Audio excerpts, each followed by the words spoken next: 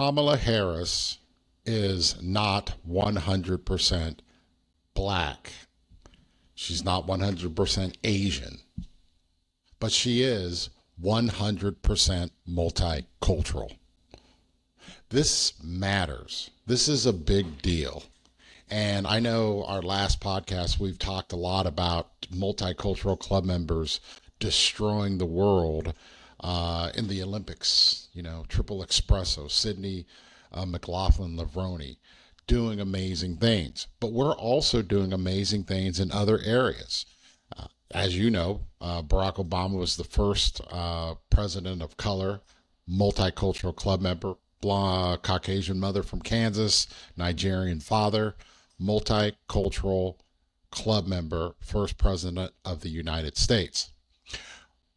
But Kamala Harris, who appears or is positioned to be the first female president of the United States, who will be a female, is also a multicultural club member. But people are forcing her to claim that she is black or she's not black.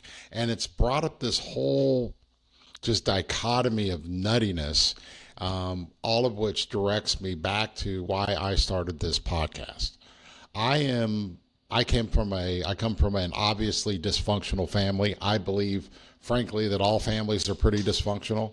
Our family was about as dysfunctional as the next. My mother was a blonde-haired Caucasian from Kansas. My father was African American. I was raised to be multicultural. As my mother would say, you're part white and part black. You're multicultural. It's like hybrid, corn hybrid. She really says that. She says that way. That distinction, being raised to be multicultural, answered so many questions for me.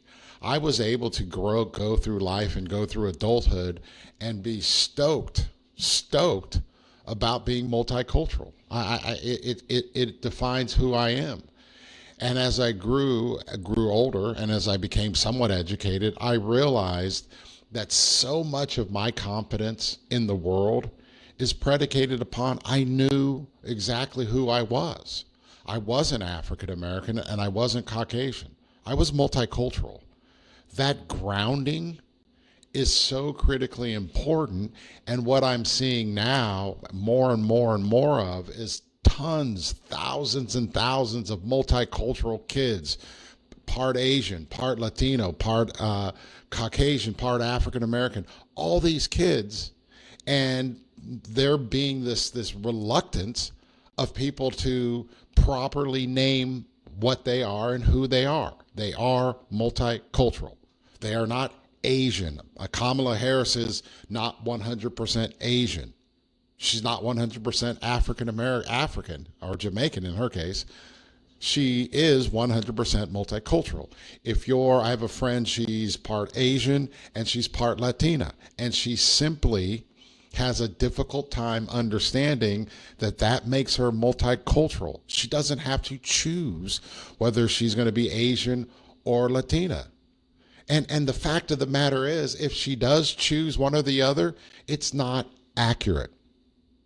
There's certainty, there's self-assuredness, there's confidence in being multicultural. And it's our job, people like me who luckily were raised to be multicultural and to champion the fact that I'm multicultural. People like you who are lucky enough to say being multicultural is great. There are tens of thousands, hundreds of thousands of kids and adults who aren't yet comfortable understanding that being multicultural is a separate ethnicity. Just like being African American is a separate ethnicity, just like being Caucasian is a separate ethnicity, Asian is a separate ethnicity, being multicultural is a separate ethnicity. It's a separate cultural point that defines who we are. And we have to grasp that. We have to, because that's where you get certainty from. You can't go through life not knowing who you are. This is important. It's important not just for us, again, and not just for our kids, but for the future. The fact of the matter is that we live in a tribalistic world. How's that for irony? The tribalism of the world says you have to belong to a group. If we as multicultural people fail to understand that we are in and of ourselves a separate ethnic entity, then we'll get torn apart and beaten up. And it starts with us properly naming things. And I want to go back to Kamala Harris. And one thing, I support her no matter what, because she's a club member, not just because she's a Democrat. It's important that we support multicultural club members, whether you're Democratic or Republican. I know it's probably not too popular now, but the vice president candidate for the Republican Party's J.D. Vance, he's a club member. His wife is South Asian. She's Indian. They have multicultural children. Club member. So no matter what, there is going to be a club member at the highest executive levels of the United States government. I'm just saying that because it's important. Fortunately, I think it's Kamala Harris because she's going to be president. But some of the coverage of Kamala Harris has been appalling. There's a New York Times piece. Let me show this to you.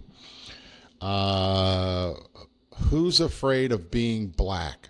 Not Kamala, Beyonce, or Kendrick. This whole article is about nothing more than Kamala Harris, or representing or framing Kamala Harris as being quote unquote black. This is what the media does. This is what people that don't understand multiculturalism does. Kamala Harris is absolutely 100% clear that she is multicultural. She's of South Asian descent, Jamaican descent, 100% clear about it.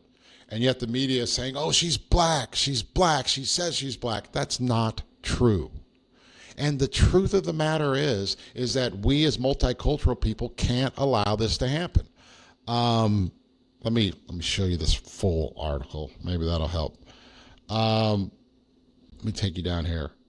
It's ironic is that one of the things they do in this article is they quote Kendrick Lamar. By the way, Kendrick Lamar is currently, as some of you know, in this huge battle with Drake.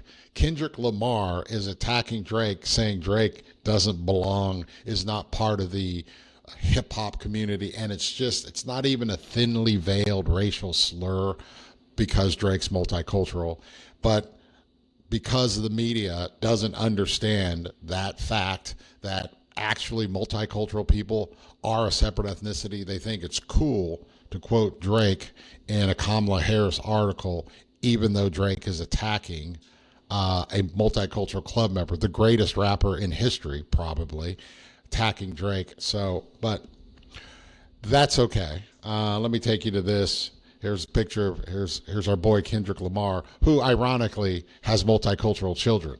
And yet he's being quoted in an article about Kamala Harris and how they support it. Let me get you this. This isn't very well planned out, is it?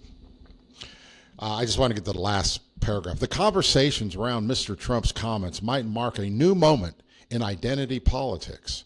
Rather than forcing Ms. Harris to prove her authenticity as black, South Asian, or even American, as President Obama did when he was pressured to release his birth certificate, it enables her to show a multicultural electorate her ease in navigating her multiple selves and histories.